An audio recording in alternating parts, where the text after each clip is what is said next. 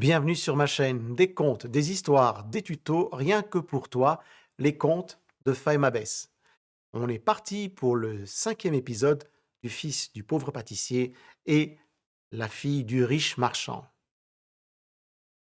Si ce n'est pas déjà fait, abonne-toi à ma chaîne. On y va, on plonge dans l'histoire. Le sorcier, de son côté, rentre chez lui. Il constate l'absence de son apprenti, il consulte ses livres de magie. Informé de sa tromperie, guidé par sa magie, sa sorcellerie, il se lance à sa poursuite, à la poursuite de son apprenti. Le nouveau propriétaire, lui, monté sur le dos du mulet, peine à avancer. Ben oui, le mulet essaye de le mordre, de l'écraser contre un mur, de le jeter à terre, il se dresse sur ses pattes arrière.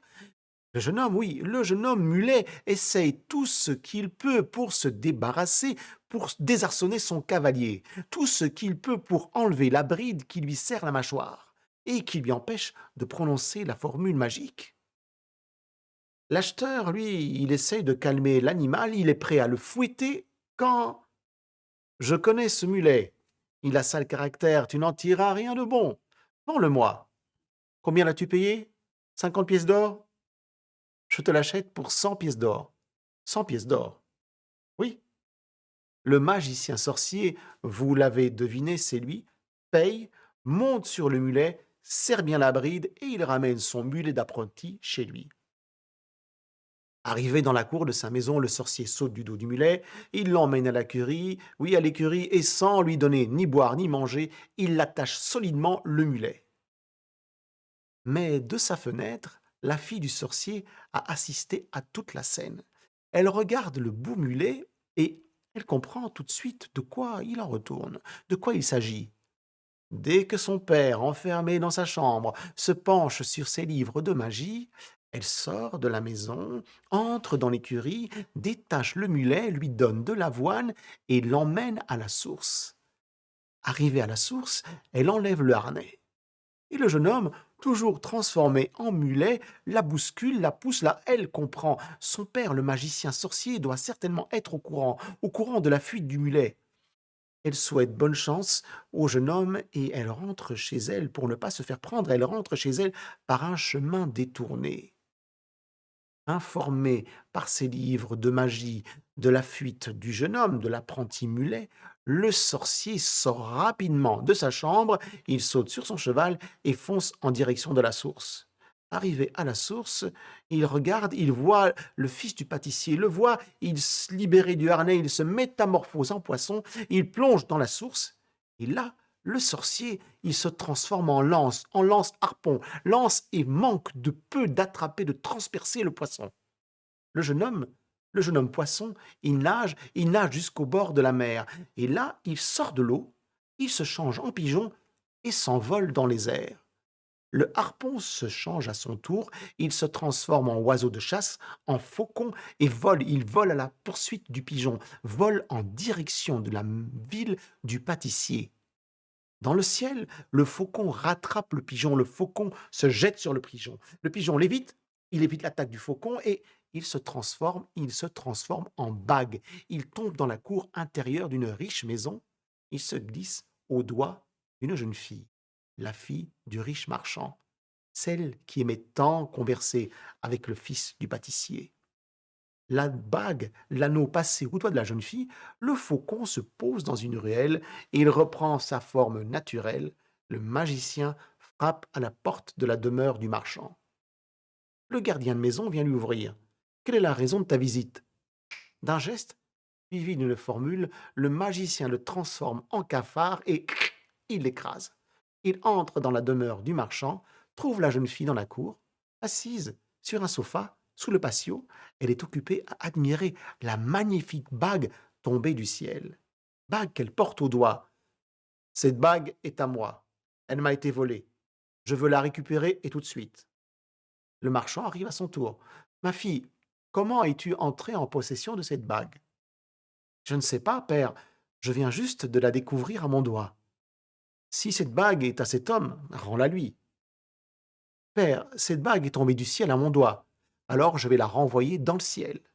La jeune fille retire la bague, elle la jette en l'air. La bague s'envole et retombe, roule sur le sol, s'arrête au milieu de la cour.